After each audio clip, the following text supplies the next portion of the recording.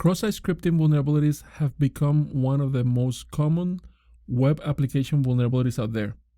There are three types of cross-site scripting attacks: reflected, stored or persistent, and DOM-based cross-site scripting attacks. Now, reflected, I forgot to mention, is actually a non-persistent attack, where stored, as I just mentioned, it is a persistent cross-site scripting condition. Now, another thing that I want to highlight is that cross-site scripting is a flaw in a web application, but the target, the victim itself, is the user.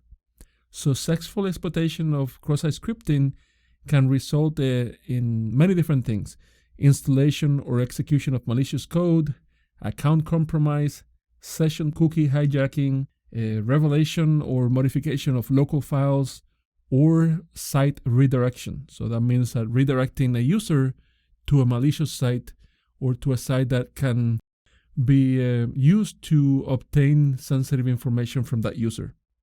Now, you typically find cross-site scripting vulnerabilities in search fields, HTTP headers, input fields that echo user data, error messages that return user supplied text, hidden fields that may include user input data, or websites or applications that display user supplied data. Now, in this example, I'm actually demonstrating a quick cross-site scripting test. So in this case, actually, I am using a script tag followed by an alert, right? So I'm going to cause a pop-up window to appear in the screen. And I'm just typing here, Omar was here, right? Think about that this can be actually any malicious code or even any message to the user. You know, it can be something like your authentication has expired. Please click here to re-log in, and then the user is redirected to another page. The user, doesn't know better. He's entering his user's credentials, and then you're actually getting the user credentials from the user. Now, there are many different attack vectors, so cross-site scripting vectors out there. What I did is actually I have a list, a pretty comprehensive list of many different examples for your reference in the GitHub repository for this class. Now, let's actually start by actually going over what is reflected cross-site scripting, examples of that, the examples of the methods of delivery, and then going over store-based cross-site scripting as well. So in a reflected attack or non-persistent cross-site scripting is basically when a malicious code or script are injected by a vulnerable web application using any methods that yields a response as part of a valid HTTP request, right? So in this example, a user is actually being persuaded to follow a malicious link to a vulnerable server that injects or reflects the malicious code to the user's web browser.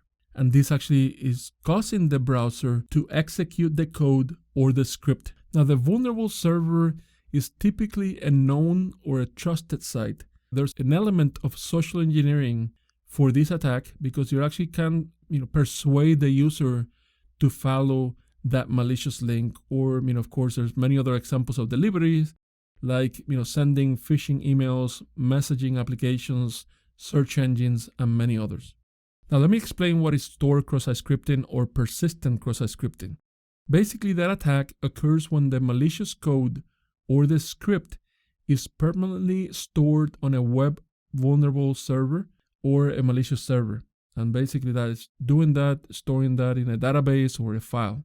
Now, these attacks are typically carried out on websites hosting things like blog posts, forums, and any other permanent storage methods.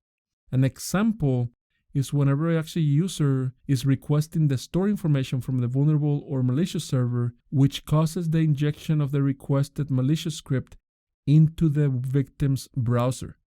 Now, in this type of attack, the vulnerable server is usually a known or a trusted website. Now, in this case, I'm actually using, as an example, the then vulnerable web application. I'm navigating to the cross-site scripting stored exercise, if you will. And then in there, I'm actually typing my name and I'm typing the script alert. Omar was here, similar to what you saw before.